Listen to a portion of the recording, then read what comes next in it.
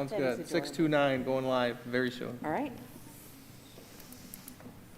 Terry's here.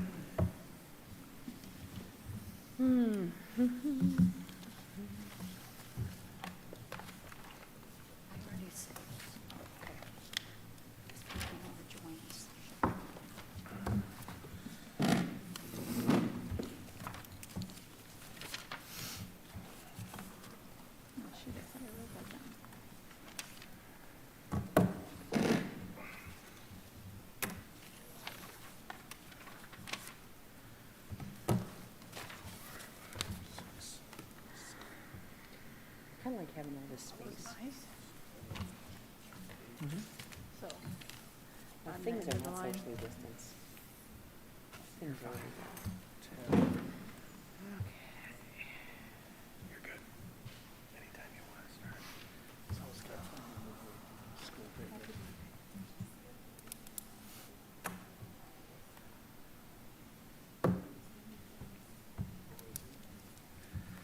All right, we'll go ahead and get the meeting started with roll call, please. Beth Bailey, Here.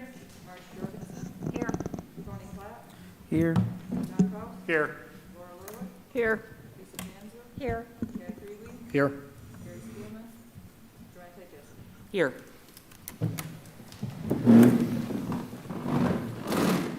I pledge allegiance to the flag of the United States of America and to the republic for which it stands, one nation, under God, indivisible, with liberty and justice for all.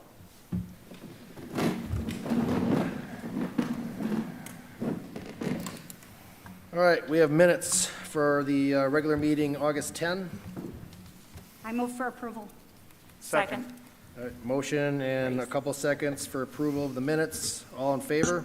Aye. All those not in favor? All right. Public comment, recognition of visitors. 1, 2, 3, 4, 5, 6 visitors. Thank you very much for coming, appreciate it. Oops, 7, Seven. sorry. Jesse's way up there. Thank you for joining us. Public comment, we had nobody sign up in person, but through our online request option, we did have one person that requested to make comment, and Mr. DeStefano will try to reach that individual right now.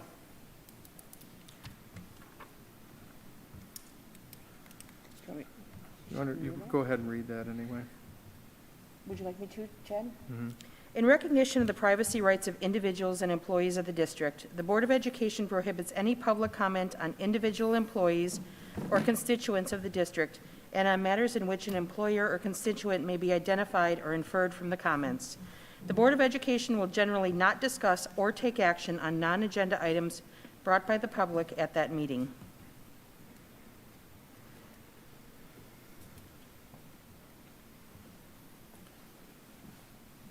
Okay, the individual did not answer, just for the board's clarity, had received that request, also had other correspondence with that particular individual, and did leave them a message today clarifying our process, and told him if he was not interested, he just doesn't need to answer the phone, so did not answer.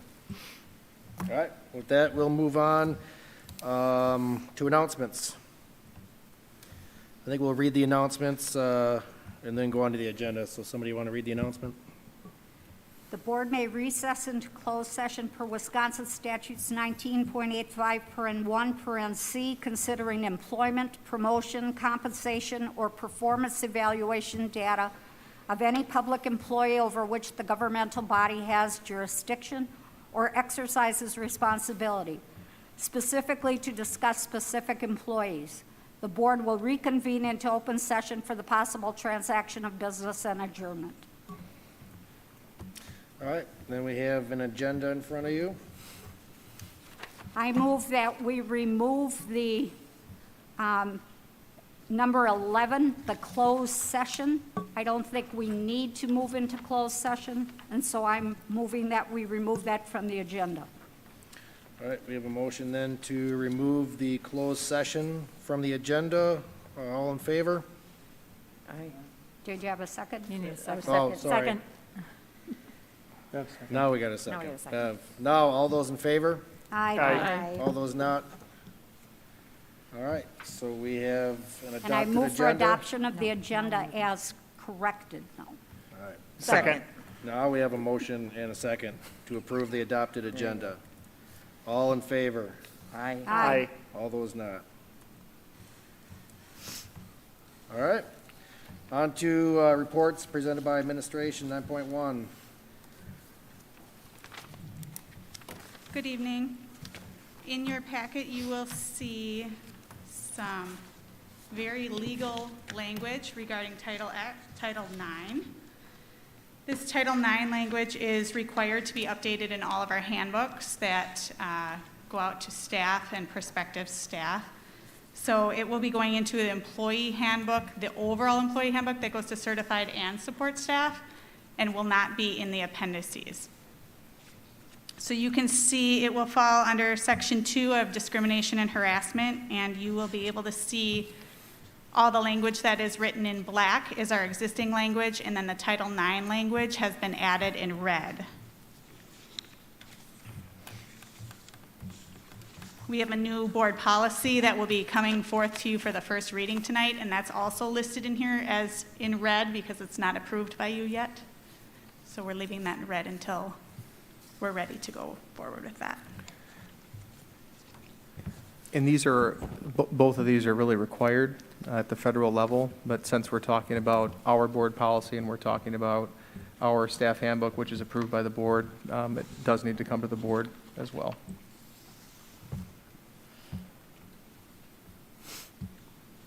So tonight I am looking for approval of the language as written. You will see in here also that the two coordinators that we have named at our last board meeting, their names and their contact information are specific in the handbook, and they need to be per the requirements set forth by the Title IX update.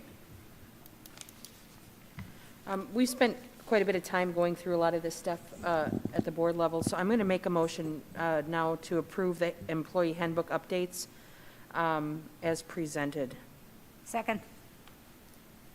All right, we have a motion and a second to approve the update as presented. All in favor? Aye. All those not in favor? All right, Thank you. Mr. DeStefano. Yes, sir.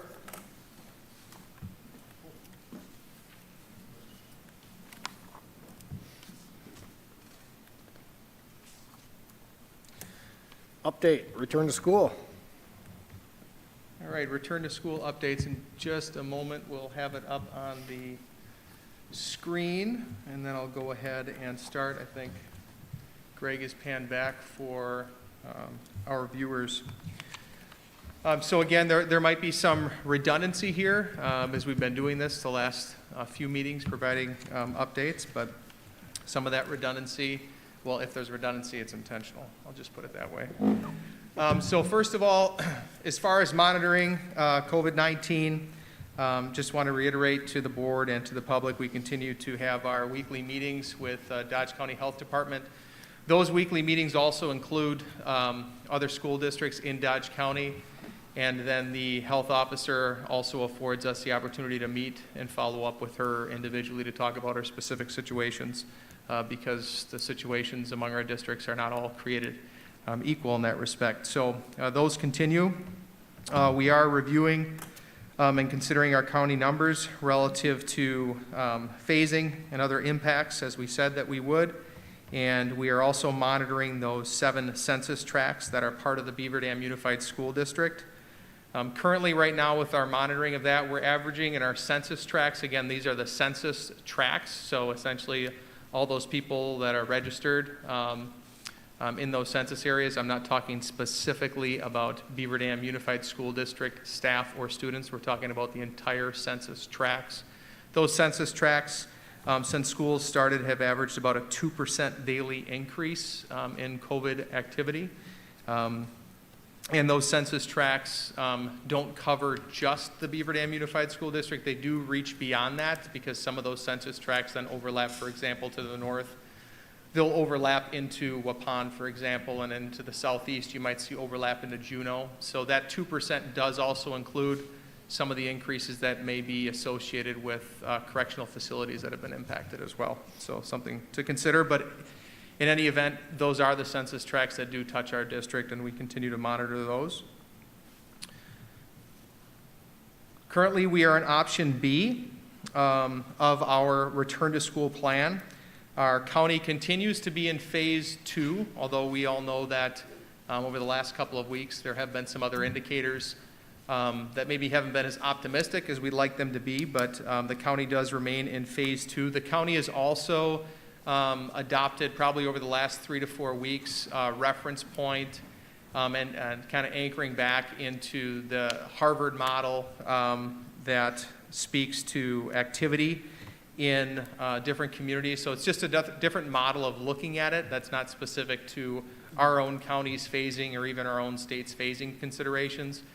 It essentially takes the population that you have and through simple algebra considers all populations as 100,000, as what would it be per 100,000 of people? What would that activity level look like? And technically in the Harvard model, we are considered to be in what they categorize as the orange category, which is considered accelerated spread. That has not changed any of the opinions or specific recommendations from our county in any way relative to our school district's return to school plan or what we are currently doing. But under that Harvard model, which some people may know, outside of our county's more recent adoption or consideration of that model, it's just additional context for us to have relative to this particular pandemic. So based on our plan and some of our current realities, at this time I would continue to keep us in option B as we just began our 3rd week of schooling, and I will provide some more clarity on that perspective in just a moment. An update related to in-person versus online numbers. So currently, you'll see probably a little bit of a change since the last time we spoke, but currently 76% of our families as a whole in the district are in person. 24% of the families are virtual. By level, I did add 4K for this update. Before it had elementary all kind of lumped together, but by level, 83% of our 4K families are in person, 17% are virtual. At the elementary level, it is 72% in person, 28% are virtual. At the middle school, that ticks up a little bit, so that's 74% in person and 26 virtual. And then at the high school level, 79% of our students are in person and 21% are virtual. So responding to active cases, so a couple of things here. Positive cases impacting the Beaver Dam Unified School District. And I will just qualify and tell you that the board is probably familiar, as well as people who are listening who may have been already impacted or had communication relative to an impact. There is an intentional vagueness regarding some of the correspondence. What we're trying to do is balance the need and the desire to keep people as informed as possible with the reality that we are talking about health-related situations, and there is a prospect of making things personally identifiable, and that might happen in the community through conversation, through gossip, through just being in the loop, but that is not something that I can necessarily contribute to. So I apologize when sometimes people feel like maybe we should be sharing even more. We are sharing really above and beyond what sometimes the standard expectation of that sharing is, and trying to qualify that and balance that with what I think sometimes the community might want per se. But with that, I have done some review and consideration. I do have a little bit of update that can provide a little bit more clarity to people and reference some numbers. So if we consider that out of over 3,800 students and staff we have, over 3,800 students and staff that we have 11 cases right now that we are working through in our school district. So that number actually includes cases associated with virtual students. So those students are ours. So those cases are ours as well. So in the 11, there are also virtual students included in that 11, by the way. That means that less than 3/1,000ths of our immediate Beaver Dam family, staff, and students are currently being directly impacted as having this particular virus at this point in time. However, as a result of those cases, there are obviously some close contact quarantines that are kind of taking place right now. And all in at this point, when we consider that number above that 11, less than 1% of our district has been immediately impacted by COVID-19 at this point in time. So just to kind of put that in context. So are there some active cases? You bet. Have we had to communicate with families whose children might have to, work through the quarantine process? Yes. Have we also communicated with families of schools that have been impacted? Yes. All things considered, that the percentage of direct impact, though, remains very low. Quarantine students and staff, so something to attempt to clarify a little bit about that. Not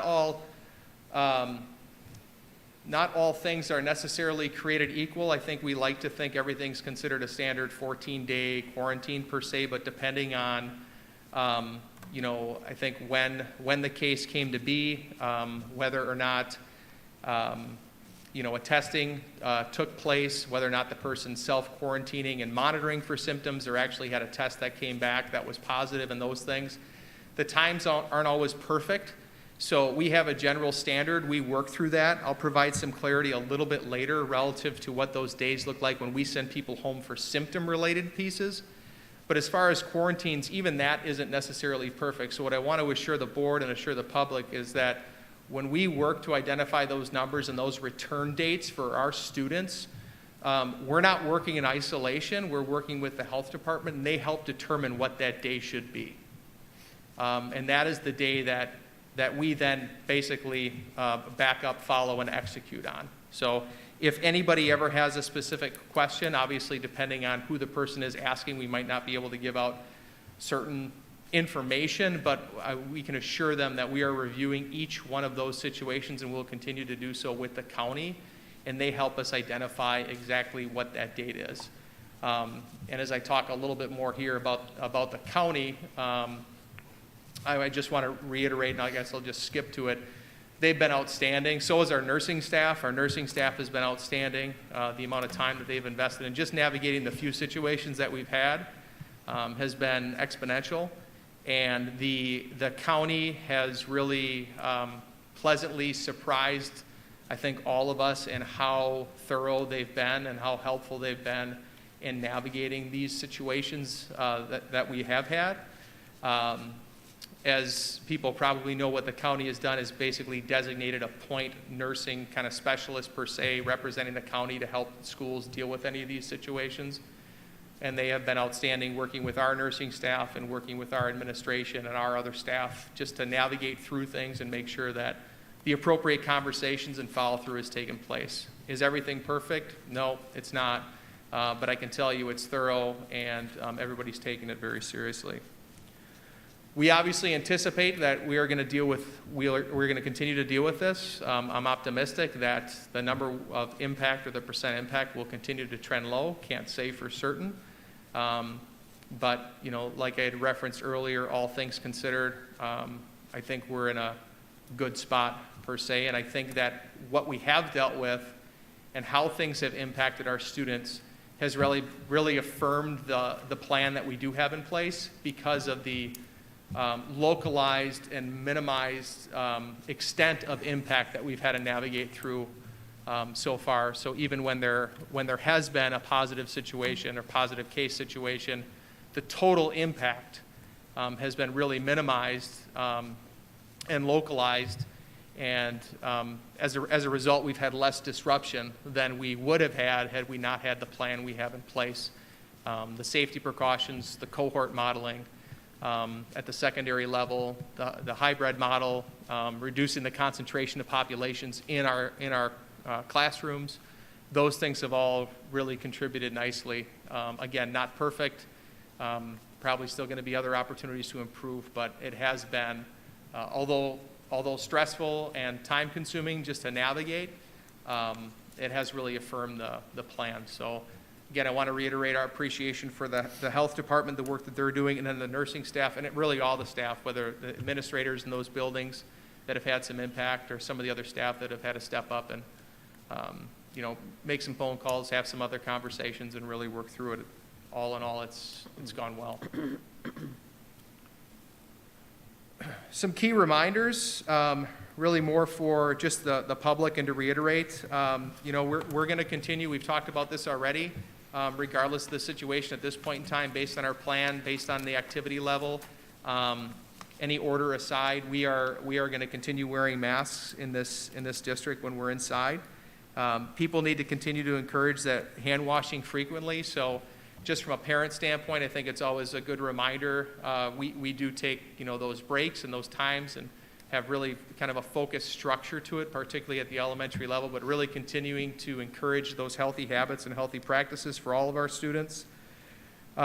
Really trying to ask parents to continue to support social distancing where possible during some unstructured times. So, there are the times that we can really control more than others, whether that's, usually that's right in school during the school day, but there's also times before the school day that we can't necessarily completely control, or after the school day. Not saying that students shouldn't hang out or, have friends or whatever else, but where possible, continuing to obviously practice some of the distancing and some of those other precautions just to help minimize kind of the overall impact of this as we continue to work through trying to have as much in-person instruction as we possibly can. Staying flexible, it's been a learning curve for everybody, and just continuing to ask our families to stay flexible. They've all in all been outstanding. Not everything that everybody wants is taking place right now, but we think that with the plan we put in place and the feedback that we did get, and we did consider heavily from the surveys and from our return to school advisory committee and otherwise, we've really tried to do our best to represent the sentiments of the whole, while also considering some of those other things that we need to consider from the health department, DPI, et cetera, but just encouraging and asking people to continue to stay flexible. And just to reiterate, our desire is to get back to in-person for K through 12 when we believe it's appropriate and safe to do that, and we can maintain and sustain that. That is our desire. That's not a practical reality for us right now. We don't believe it is. But as a general sentiment, I think I can speak to the board, and I can speak from our probably the heart of our staff, that we want to be able to have kids back as much as possible and be as effective as possible with that when we believe it's safe and appropriate to do so, and hopefully that time will come sooner than later. But that's just a sentiment that I think it's important for people to understand. Some other things. So one piece that at times maybe creates a little bit of confusion, and again, I think some of this probably has to do with just working through the process together and continuing to communicate and collaborate as we have, is when we have students with symptoms and kind of the protocols that we follow in district, when we have a student that might have some of those symptoms associated with COVID-19.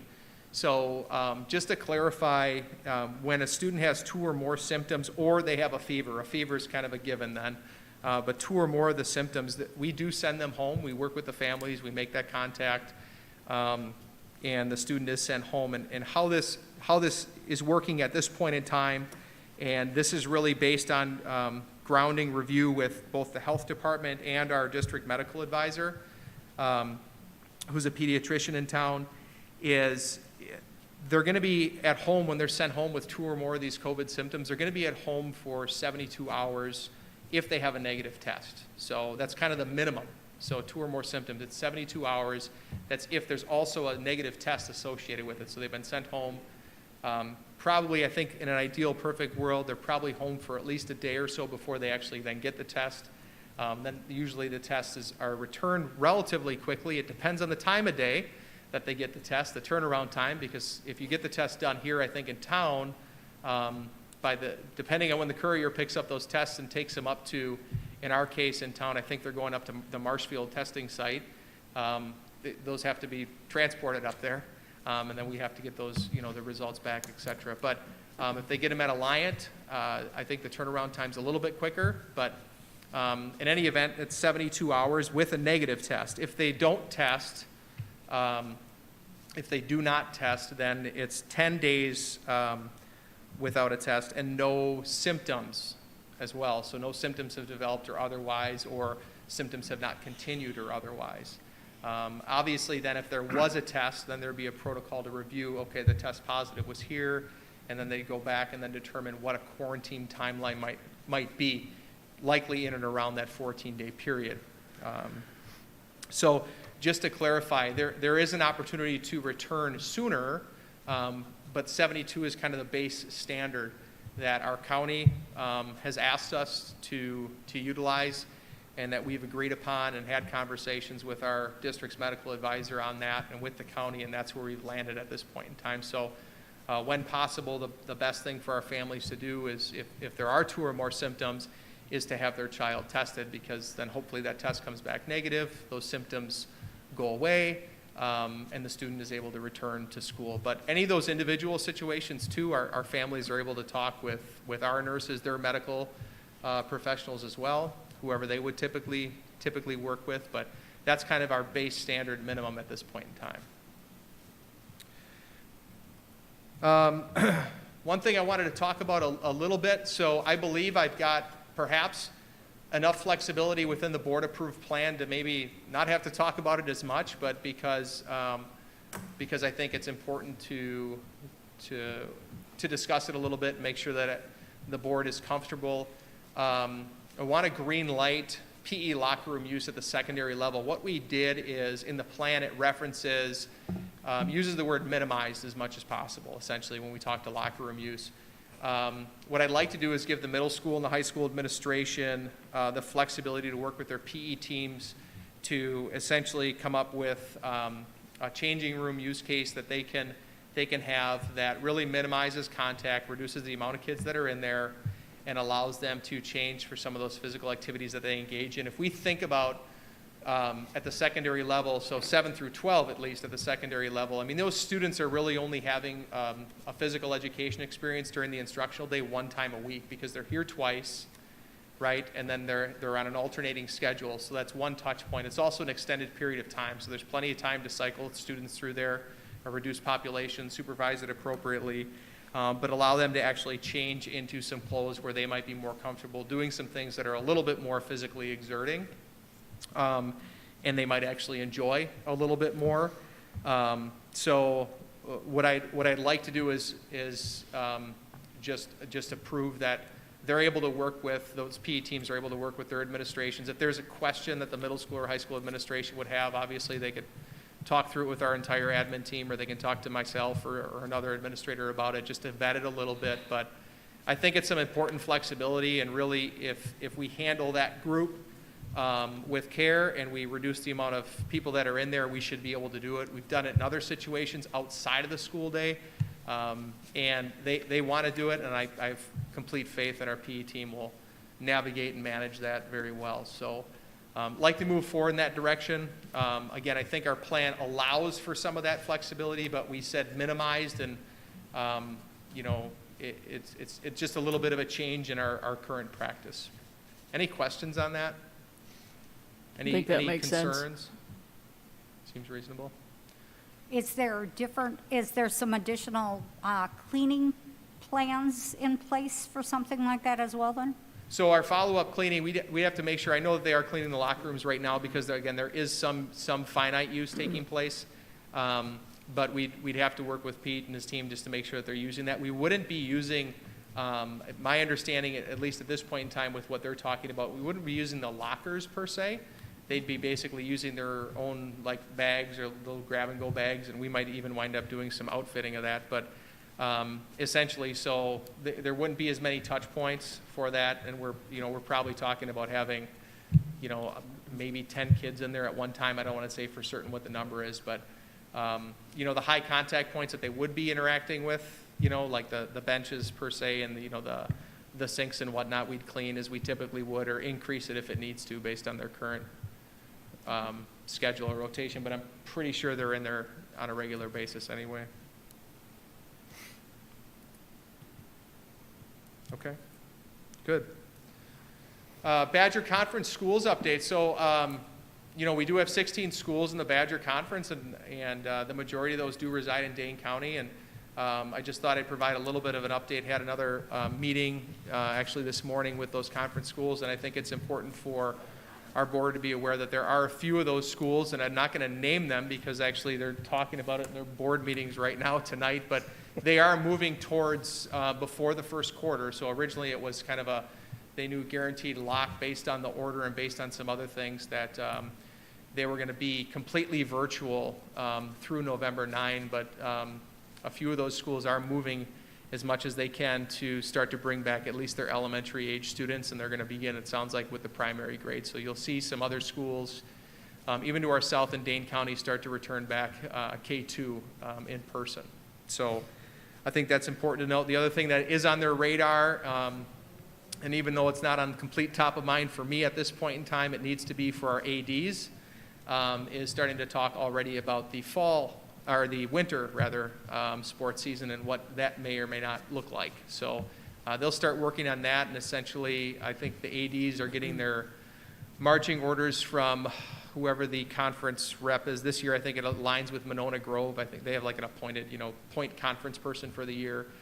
So they'll start to plan out what they're hoping to do for the winter and what they're considering, whether it be associated with fan attendance or the extent of the season and tournaments or whatever else it might be. They're going to come up with an initial game plan here over the next month or so. So shortly before or shortly after the next time we meet as a board, they'll be bringing back some plans for the principals and then the superintendents to kind of review relative to that Badger Conference related piece. So just so it's out there, those conversations have started, and the ADs will start working on what the winter might look like. And then I thought that was a nice segue into weather and snow days. So, those are coming up probably in the next month and a half, the prospect of it. I'm sure something white from the sky will fly down and it will be cold, probably in October at some point. But relative to snow days, and I spoke about it a little bit on the radio, and I just want to clarify this. I don't think it's completely 100% possible to just say we don't have snow days anymore. We have to have snow days, at least the concept, because we're telling people not to travel, we're telling buses not to run.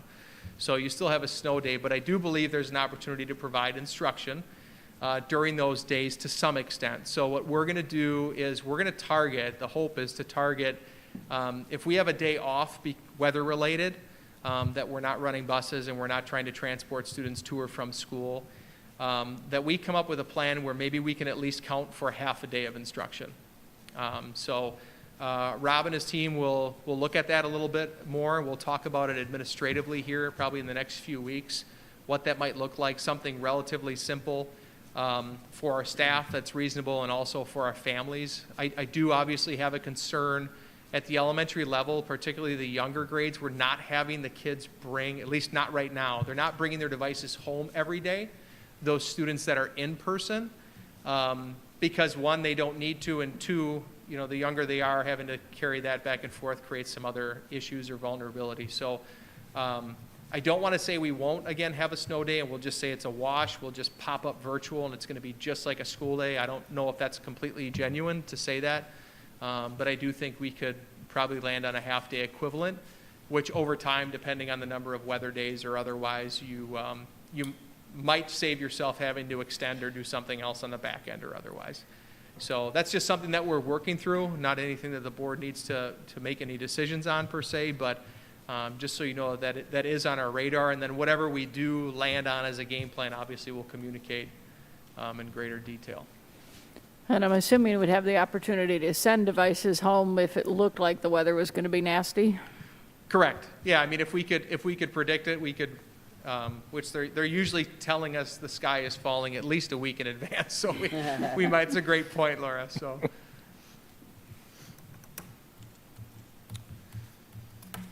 Okay, that's all I have. Any I have questions? one question for you, Mark. Yes. When we have the students who have to be quarantined and or tested, Yes. do you know who's paying for those tests? The COVID tests? Well, in many cases, depending, I think there's no charge, so it depends on where they go. I don't know if and what the charge would be if they're going through a clinic or a care facility. Obviously, I know if you go to Alliant, or now there's one open, I believe it's in, is it Oshkosh? I That's was a- just kind of a concerned line. if, a family was right. one of them who had to go and they really couldn't afford that. Yeah, you know. we have run into a situation or two where it wasn't the cost, but transportation. So within reason, we always do try to help our families procure transportation within reason. But I don't know if we've had anything where we thought the cost itself of the test was a prohibitive issue. To my knowledge, all insurances pay full for the cost of those. Yeah. So, but that's something we can definitely keep an eye on. We don't want people out longer because they're not getting tested when maybe they should get tested. It's a great question. I got a couple questions. Okay. One of which is, so what is the county switching to phase one?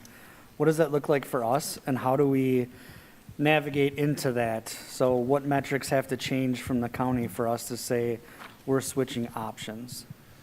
Well, I guess that's a really good question because I can't say for sure what exactly would trigger the county changing to phase one. So if you look, they've got different categories relative to percent test positive, healthcare facility availability, some of those other pieces.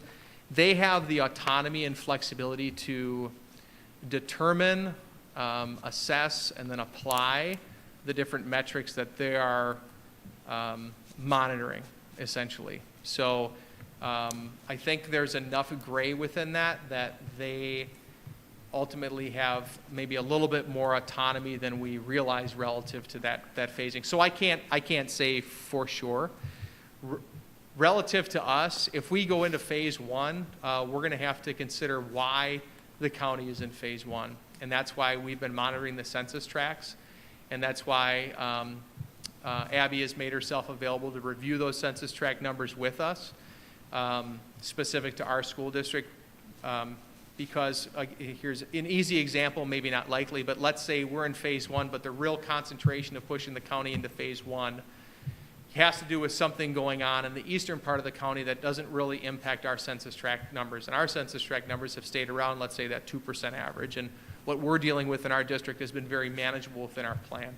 Then we'd stay within our plan, even though we're in phase one. So the phasing of the county in and of itself will not dictate what option of the plan we're in. It will provide us key context, and it might force us to have to work and evaluate within our current plan option to see if we can sustain it. But I will tell you, if we have situations in our district that are making the county, we'll say, nervous, and they're concerned about how things are playing out within our plan, that context and those numbers, those are the types of things that would result in us probably likely sliding back. But because we're having weekly contact and reviewing those things with them, I feel really good about not operating in a vacuum and them providing us with some of that feedback or context. But yeah, I don't know. I mean, there was a lot of prediction and assumption, honestly, that the county itself was going to be in phase one, but I think they're interpreting and looking at some things a little bit differently, and there really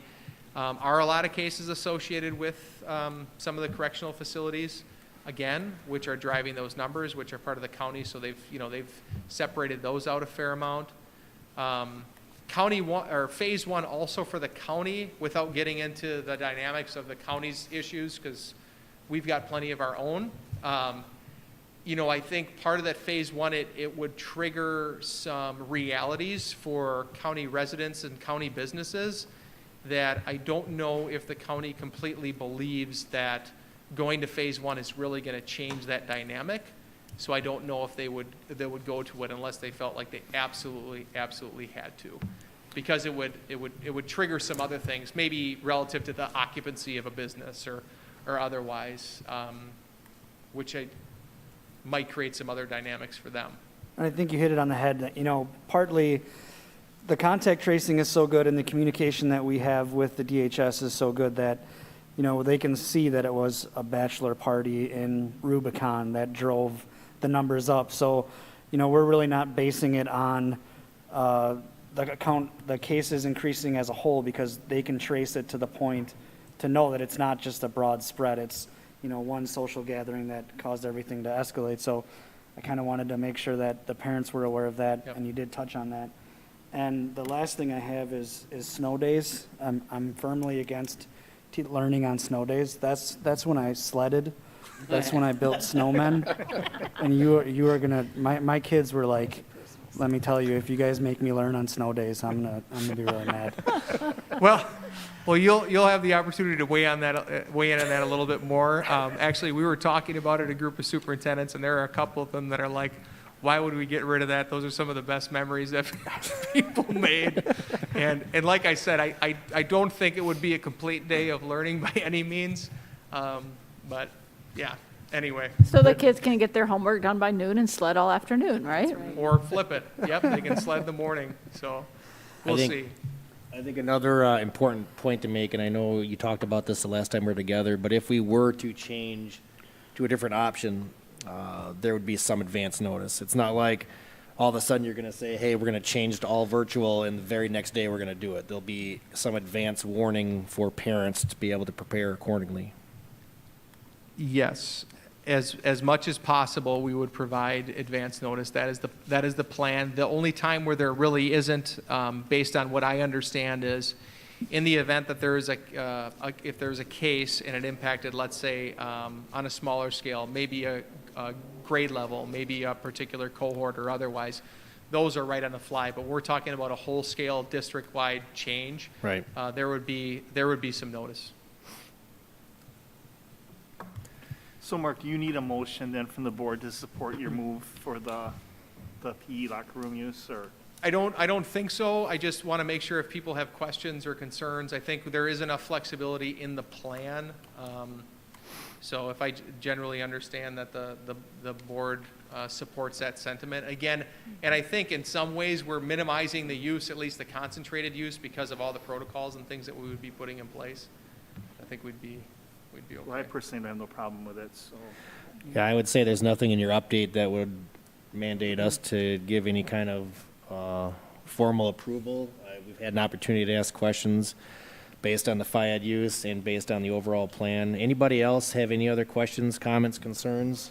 Just one, when we're going through this and we talk about, we saw some activity as you had a couple classrooms where there was a positive case. The amount of work that goes into each reported case is incredible. And those people that are tracing and keeping track of that for you, I just didn't want to wait till recognitions, because this is our topic now, and just say how much I appreciate their time they're putting into this and their thoroughness in making sure that they've covered everything they need to cover. Yep. Yeah, people have been great, whether it's a director or nurses or the principal, whenever the principal's impacted.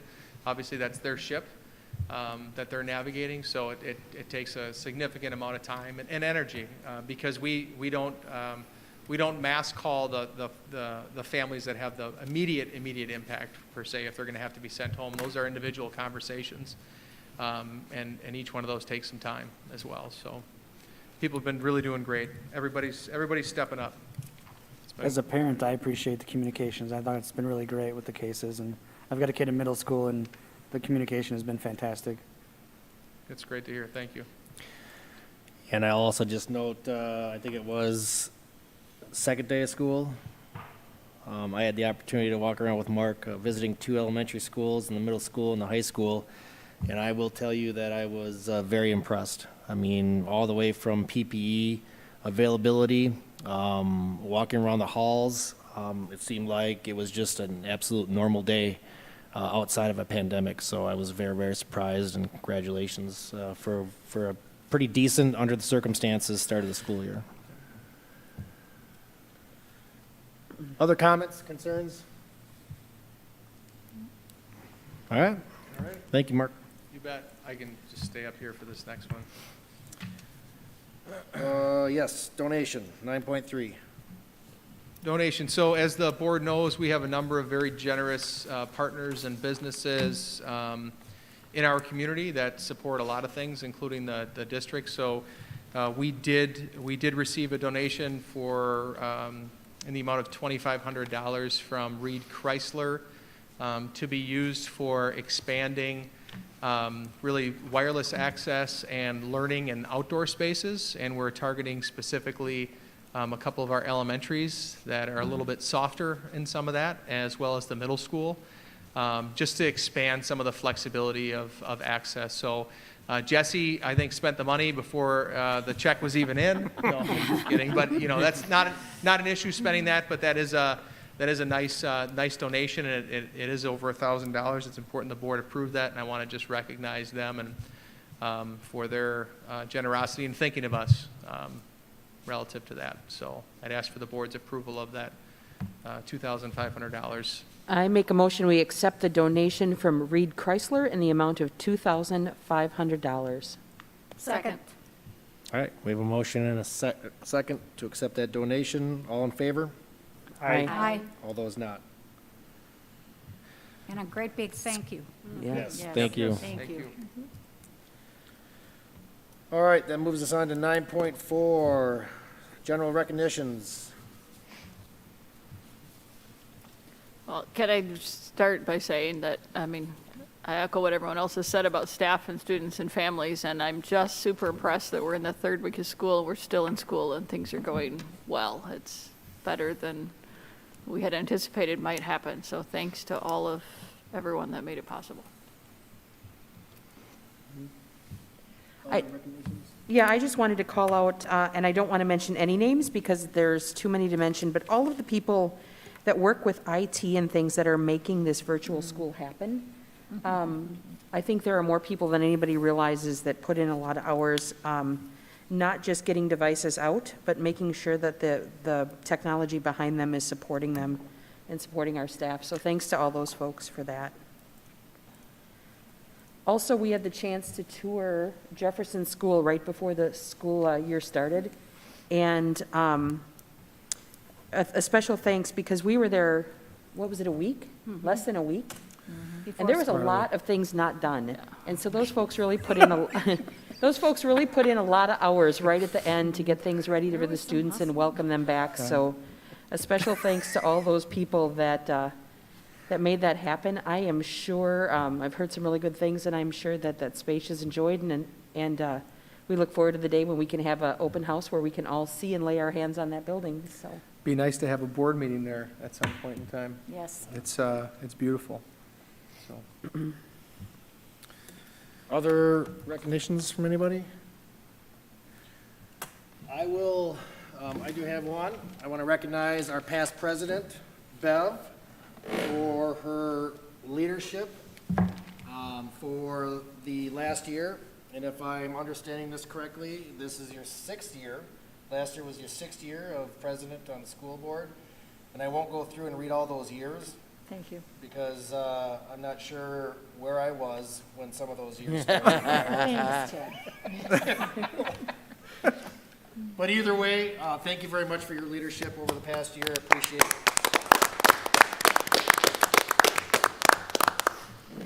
nice. You were Well just a done. baby. With that, I have, with that, I'll turn it over to Mark. I have two. So these are recognitions, certifications of achievement from the Wisconsin Association of School Board. As some people might know, that there's a professional development system associated with the Wisconsin Association of School Boards where our board members can participate in a variety of professional development opportunities that target them towards specific levels of proficiency. And level 5 is the highest level that you can get, but it takes a lot of time, takes many conferences and many learning opportunities to progress through those various levels. But our president, Chad Prevey, has reached the status of level 3. So hey, Chad. congratulations, Chad. More than halfway there. More than halfway there. They didn't have a 2.5 award, so you get the 3, right?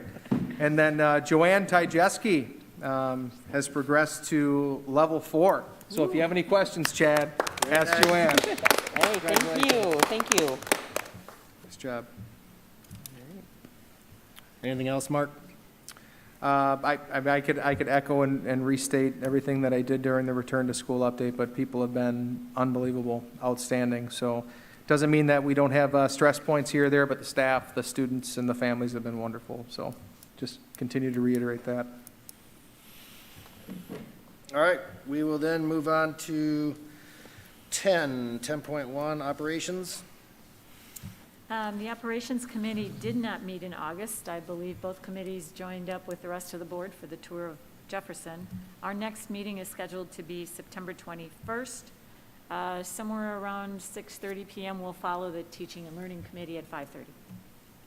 All right, and then 10.2, teaching and learning. Once again, Teaching and Learning did not meet last month. We did tour Jefferson. We meet next Monday, the 21st, at 5:30. All right, and I think just point of reference, as we move into the following month, I believe our committee meetings will be a little bit different. Right now, we're scheduled for October 10-12, teaching and learning, 10-19, operations, and then the board meeting will flip to the end of the month with the addition of the budget hearing. Is that correct? Correct. So the committee meetings will be first throughout the month, and then we'll have the budget hearing will immediately precede the regular board business meeting, which will take place later in the month than as per usual. So encourage people to check it out on the website. The dates are up, should be, and they can reference that. All right. 10.3, board engagement, opportunity for board members to share anything that they've been involved with from a school district standpoint. Anybody, before I? We stole the thunder on the Jefferson tour already, but many of us were there, and thanks to Mary for leading that tour and letting us see all of the hard work that's gone in, and again, thanks to all the staff that pulled it together. I did, on 8/12, I did attend the safety team. Mr. Warwick is now handling that. We talked about several things, but just a point of one of the things we talked about was speak up, speak out Wisconsin. So we've talked quite a bit in previous safety teams about having an anonymous reporting option for our district. We're glad to say that that is up and running through, I believe, Department of Justice and the Office of School Safety. So Speak Up, Speak Out Wisconsin is a resource for comprehensive one-stop place to turn with important concerns, offering threat report system, threat assess consultation, and critical incident response, and general school safety guidance. I also asked Mark to provide an update to the board through committee meeting, on one of the upcoming committee meetings, just so there's a decent knowledge about what that is and what it means. So.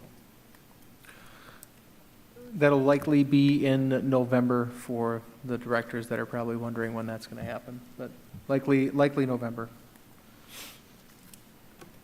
Any other engagement? Anybody would like to comment, discuss, talk about?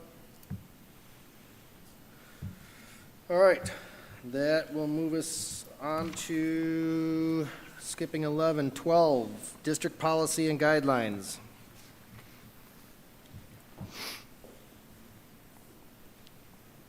Thought I was almost done, but there are 5 resignations and 1 retirement before you tonight for your consideration.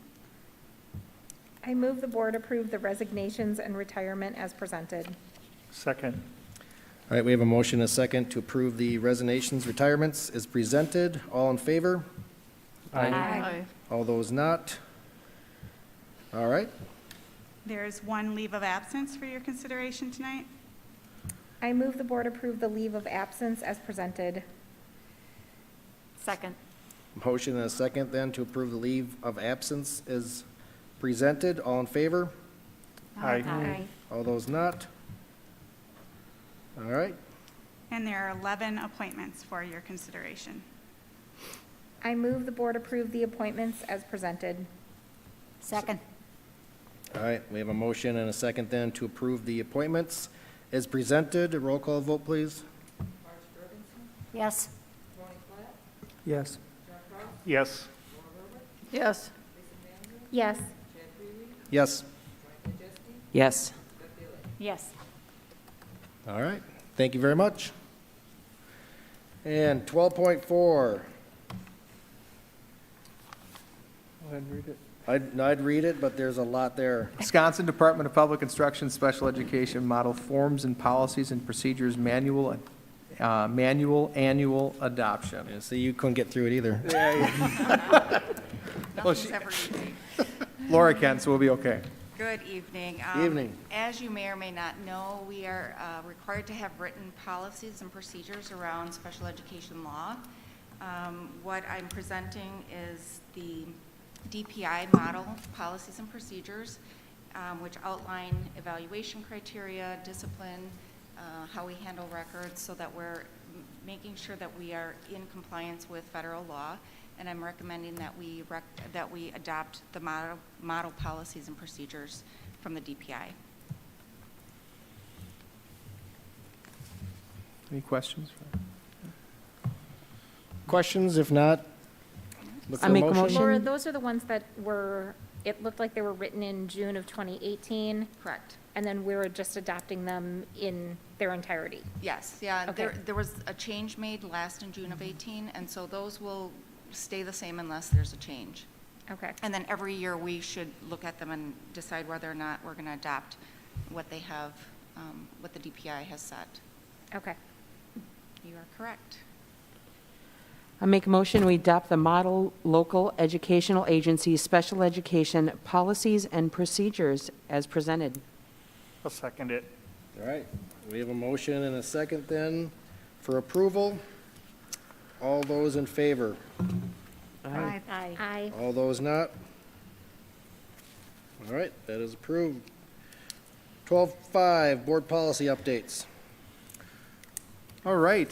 Some interesting ones here. So essentially, just to remind people again, we do partner with Neola, as do the majority of school districts in really the Midwest now, but definitely the state of Wisconsin, to help us review and consider policy updates, revisions, et cetera. They make those recommendations for us and help make sure that the board is up to date as they should be relative to policy. So for the first reading this evening, there are 5 new policies. There are 36 revisions, and again, some of those are multiples where a particular policy that's referenced in the, let's say, the support staff section of the policies might also be referenced in the certified staff section of the policies. So, but there's 36 revisions and there's 1 deletion.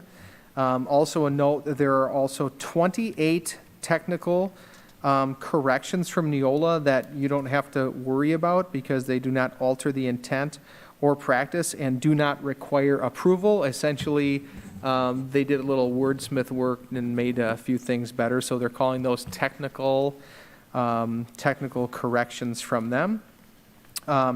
Particularly, I think that it would be worth your while to spend some time and just review the specific areas between now and the second reading relative to our new policies, obviously. So the first new policy has to do with Title IX. You've heard quite a bit about that over the last 2+ months. So that's policy 2266. Again, that is a requirement that we essentially have that policy in place at the federal level, and obviously Neola is recommending that that be adopted by us. There's also a new policy on debt management, which sometimes perks people's ears. So policy 6147 would be new. If adopted next month. That expands some clarity on ways that districts can take on debt. And it also results in that 1 deletion I referenced because it removes the need for policy 6145, which has to do with borrowing, because the debt management policy then would cover that as well. Something unique to our current times, the third new policy would be the Small Unmanned Aircraft Policy, 7440.03. I was talking to my dad. He said they never had that one. So that's drones, for those of you who are watching us. And that will essentially make sure that people who want to utilize small unmanned aircraft above district property, I guess we would say, have to have prior approval from the district, and they also have to be in compliance with WIAA and FAA regulations or standards as it relates to what they are exactly doing with that unmanned aircraft. And then it is also the onus of the person operating the drone to be in compliance. So we're essentially giving them a green light if we so choose to operate it, and then it's not on us to make sure that they're operating it appropriately within the guidelines of the WIAA or FAA. So that is the third new policy in the first reading. The fourth is student mental health policy, 8395. What's nice about this policy is it really aligns with our current practice and how we have worked through and continue to expand our efforts associated with supporting students and mental health needs. And it affirms overall best practice. So you might read through that and say, oh, it sounds like that's kind of what we do anyway, and it is. And then the fifth new policy is, believe it or not, epidemics and pandemics policy, 8420.01. And that is a policy that just provides some very vague, I want to say vague, probably a bad word, but general grounding guidance for planning and response. And that would not necessarily change anything that we have done, but for future generations of leaders and boards, it would provide maybe a little bit cleaner starting point on some things when navigating through an active pandemic. Again, there's other revisions or otherwise, so if there are any questions or things that come up, or if somebody wants to sit down and scrub through some more details relative to a policy, just reach out or ask, and Mary and I will be happy to help. Just one question, Mark, on one of them that's revised is the public comment at the Board of Education meetings. Policy 0167.3. And I don't know then if that, we always read something when we have the public comment. If there's any changes, I would imagine that would change that, that notice. Yep, just give me 1 second, Marge. I'm trying to, oh, you got it up. Perfect.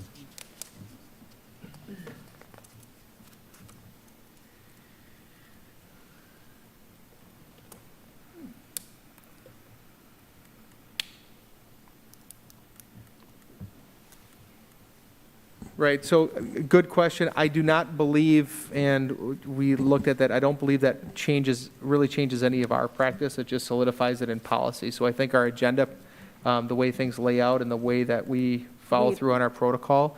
Okay. But I'll double check that reference just to make sure there isn't a cross up. But I do not believe that that's going to change how we operate. Again, Right, it's because it is a limited role of anybody for correct. public And in comment some anyway. cases, again, one of the things just to, for us all to remember is that sometimes these revisions or recommendations for new policies, they're being made for a lot of people. And some districts don't even have public comment at many of their board meetings. They limit that, and some districts have kind of an open public comment forum. You may have heard of some that navigated through that associated with the pandemic, and they don't have some of those timelines, or they don't clarify that that's not something that's going to be talked about at the board meeting unless it's an agenda item. So I think we're fortunate, we're pretty dialed in, and I think that'll just kind of affirm our current practice. Okay. But I will definitely double check. Any other questions for Mark based on the new policies or revisions? All right, then we will move to 13.1, payment of claims. I move we pay the claims in the amount of $5,129,641.72. Second. All right, we have a motion and a second then for payment of claims. Roll call vote, please. Yes. Yes. Yes. Yes. Yes. Yes. Yes. All right, with that, I'll entertain a motion to adjourn. Also move. Second. Right, motion and a second to adjourn, all in favor? Aye. All those that want to stay? All right, sounds good. We are adjourned. Thank you very much. Thank you.